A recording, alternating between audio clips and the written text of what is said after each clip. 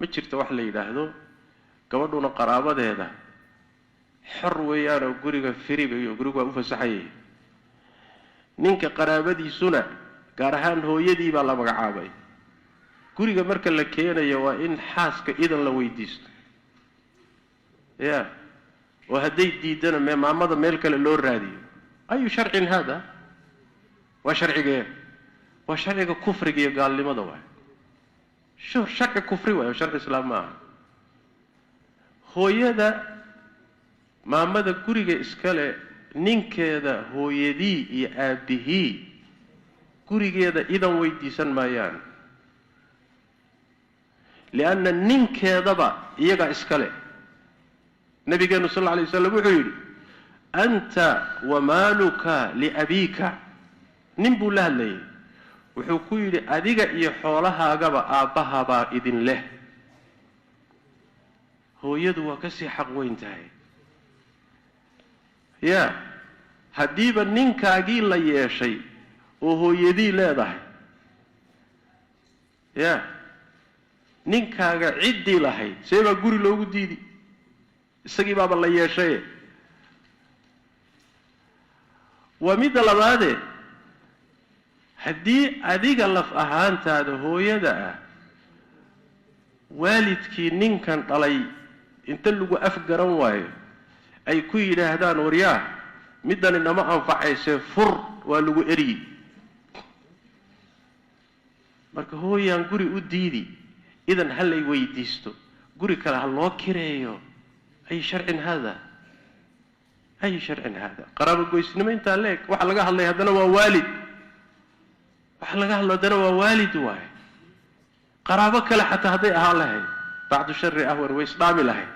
لكن والد كيف أقولي قال له ديديو إذن هو يديستين وثقافة إيوه دقن إنو يميدو سو قوري واحد ودقن لسو من قوريي oo aan ahayn kii islaamka aanan ahayn kii bulshadeenu ay lahaan jirtay ormiyaynu lahaan jirnay ma dhaqan waxaan lahaan jirnay hooyo meel kale ha loo raadiyo leeyahay maya ama xagga xaaska ha ka timaado ama xagga ninka ha ka timaado hooyo gogasho ugu wanaagsan baa loo dhigaa cuntada ugu wanaagsan baa la siiyaa guriga idan ma weydiisato iyada iskale aaba waa sidoo kale ama dhanka xaaska ha ka yimaado ama dhanka ninka ha ka yimaado waalid baa idan weydiisanay adari dhaaf meel kale u kireen naagta sida qabtay in la eriyo waay in la fiijiyo waay taas naag ma xaas ma hadayna waalidkiiba ogolayn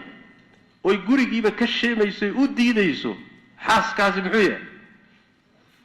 yaa malaha naag cadaan aad qabtaan naag Yurubiyaana ma soo guursatay gabadha Soomaali ma aanu malaynay waxaasi dhaqan ma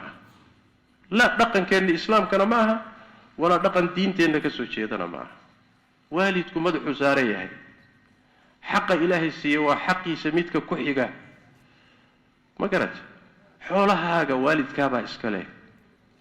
الإمام أحمد عليه رحمة الله وحوليه حتى إنه باهيدي سحولها كقات كريه ماه حولها إنتو قبطوا وحكسر قيس كرا والدكم الضون هذا كوتشوك تبو والدك أقول حرين كرا أسأقول إذا كويتي سنة الإمام أحمد في كتاب الورع مساكولي مركا ويابي قبله ويلشي بدودي بقول لها تيك توك كوتشرا ونبي نو يتكلم مقواسا دودا سدحت الله تكواسي وحنو مالينا وحنو عذر دارينا اسلام بكما ورهيان dhaqan islaamna intooda badan kama warhayaan mushkilada ay soo waxa weeye doodaha waxa keenaya thaqaafada iyo dhaqamo kala la soo maqlay la soo arkay markaas waxa weeye guriyihii islaamka la doonaya in lagu maamulo wax fool xun waaye naam